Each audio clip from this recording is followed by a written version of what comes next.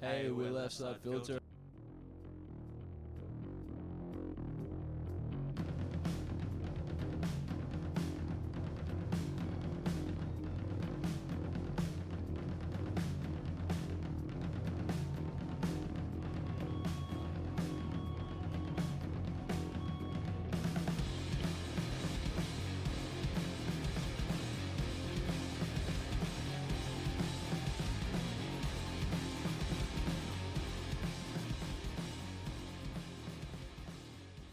Well, we have this one song called Hexaflexagon, which will probably be a single off the album, and it's got a super Egyptian-y, macabre sounding riff. You know, it's super Egyptian sounding and sort of spooky and strange. And this song sort of like led to the rest of them, I guess. It was like it was delving on this whole idea of, you know, horror, like that song sort of came from the riff, and then the verses are about I don't know if anyone out there's, they definitely have seen this, but American Horror Story was one of the big inspirations for it, and the verse lyrics go between that and other things, but they're mainly about the relationship between the two characters in American Horror Story, the season 1, Tate and Violet, and the sort of forbidden love between them, and forbidden love and horror, and the fact that they're all dead, and I thought that was just a cool thing to delve into, you know, something a bit darker and mysterious. A whole album based around Halloween sounds pretty cool as well. Yeah, and I think we played opening up La La La's in Wollongong, the new venue after Rad shot, and we played that song, and then one of our friends, Jack Reed, came off and said, when we came off, he said, man, one of them songs sound like Halloween. And we're like, you know what, that sounds like a good idea. We should make started off as an EP, but now we got 9 songs, so it's pretty much at album form. They're all not necessarily about Halloween itself, if not the darker and scarier things in life, and themed that way. Yeah, it's sort of like a mixture of the horrors you can create for yourself and actual monsters and scary things. But yeah, it's like a mixture. You can find them out when you listen to the album, everyone. So, Harry, our friend who's the singer in Pacific Avenue, Harry and I, and Dill was there too. Whatever, you were there. Possibly, I can't remember. We're at Unibar watching the Brian Jonestown Massacre play. Wasn't. You weren't there? Yeah. I had to do an assignment. I sold my ticket. It was one of the best nights of my life. And we were there having heaps of fun, tripping out, having a good time, and then just going up to Anton after he finished playing, and I went, hey man, that was really good, heaps nervous. And Harry and I both had fairly curly hair, and he was talking to these 2 girls and smoking a cigarette, and he just turned around and looked at us and went, I don't mean to stop and stare, but you guys have some curly hair. And then just turned around and just like, and it's just stuck with us. And that's the chorus for the song. So. Makes no sense, but it's just pay respect to Brian Jonestown Massacre. Anton, cheers.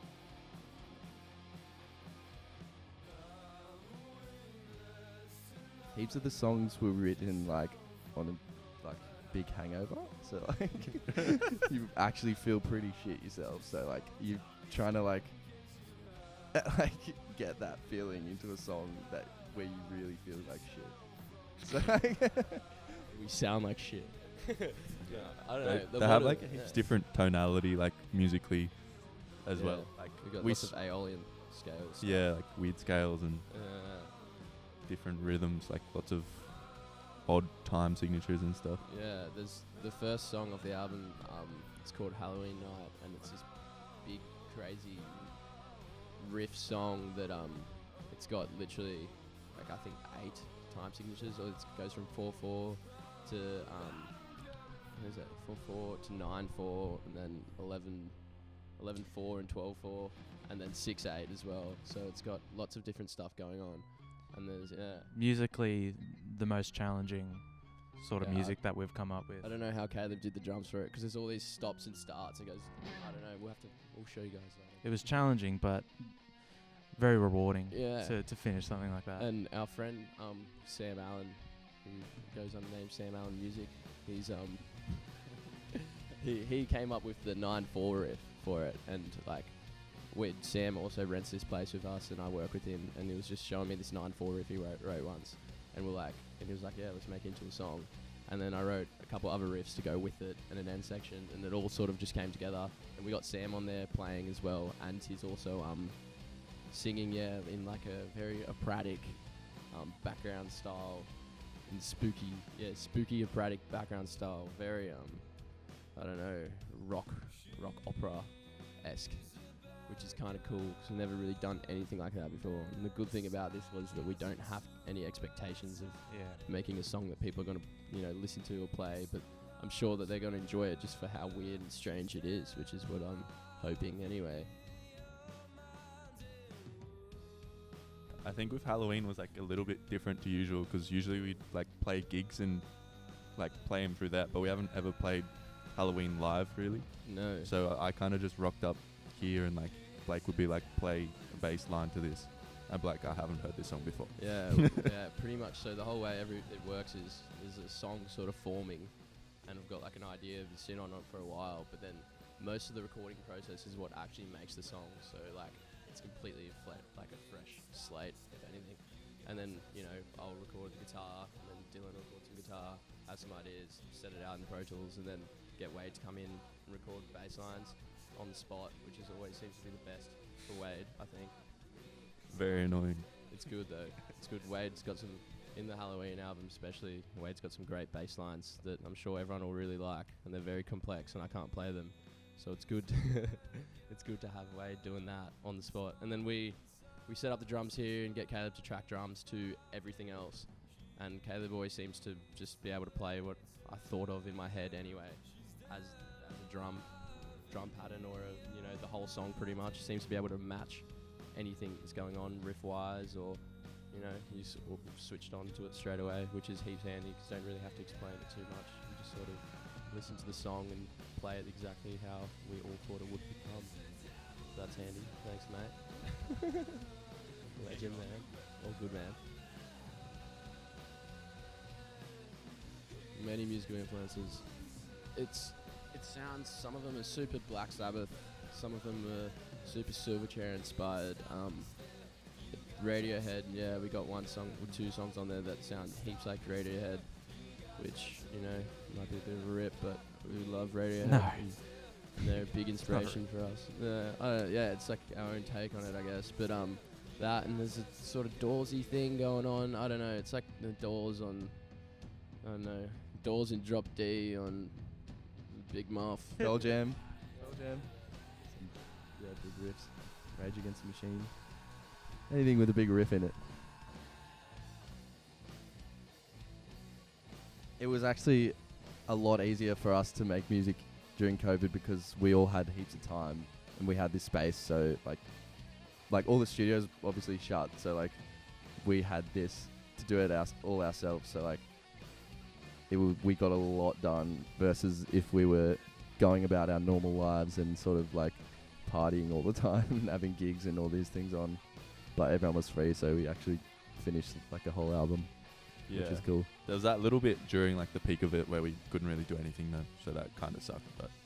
And then we didn't, I don't know, it was hard to like figure out what the rules were because it's constantly changing. So we didn't know like when we were allowed back here. But now we got signs to say how many people were allowed inside. Yeah, we got the rules, official rules. By the law. Oh, so we kind of try and make the place heaps dark and sort of like spooky with That's the a prop pumpkin for one of them. Yeah, lots of creepy stuff going on. We haven't really planned it out too much, but we got some ideas. Maybe some people hanging from the roof. Don't know yet. Yeah, we were thinking like maybe hanging Wade upside down and I want to do something with like a stabilized one. Yeah, we haven't told Wade about this. We're going to do something in like a stabilized sort of one-shot way with like sort of like a constant go back to the start in this room and make it sort of like a dinner party setup, hopefully. Dinner will be maggots on the table. And maybe some human on the table. What's that maybe cartoon Wade when you're naked. little and they like go into the popcorn and there's like all cockroaches and shit? Yeah, that one. That's going to be an inspiration for sure. So a lot of the inspiration for this is things that as a kid seem like, you know, like them cartoons and weird things that as a kid that you sort of watch and sort of freak out at. Like, do you remember like soap opera? Yeah. That didn't freak you out? I like that thing. It's like stop. It was like Made me hungry. and it was like just weird. It's sort of like Yeah, sort of like the noises were weird. yeah. But I don't know what was going It's on. like Hexaflexagon, you know. Like, That's the inspiration. yeah, it's like sort of like rock lobster on speed. We have plans for the Halloween release, which we're playing on the weekend of Halloween. We're playing at Unibar on the 30th, and on the 31st we're playing at Frankie's Pizza in Sydney. Thanks for letting me know. Wade No? knows now. And also we're playing at Yours and Ours Festival. Buy it. Don't stream it. But stream it as Listen well. in stereo. Buy and it, then listen stream it. on a good stereo system. And if you can, listen to it all the way through because it works nicely back to back. There's certain transitions that work well that I'd like other people to be able to listen in that way that it's sort of made to be listened in, which is from start to finish pretty much. You know, it's only 35 minutes or so. So if you've got a bit of time and you're feeling a bit spooky, maybe it's Halloween in itself and you'll just put it on, have a go at it. Yeah, it's a bit of like it's a concept album more or less, so it's supposed to be listened together. Yeah, a lot of the transitions work together and they sort of take you in a place through the album, and there's a couple interludes that sort of link things together in a weird sort of, you know, there's like a couple instrumentals on there too, and so it does work if you listen to it through. But if you give it a go. It might not be for you, but hopefully you can recommend it to a friend.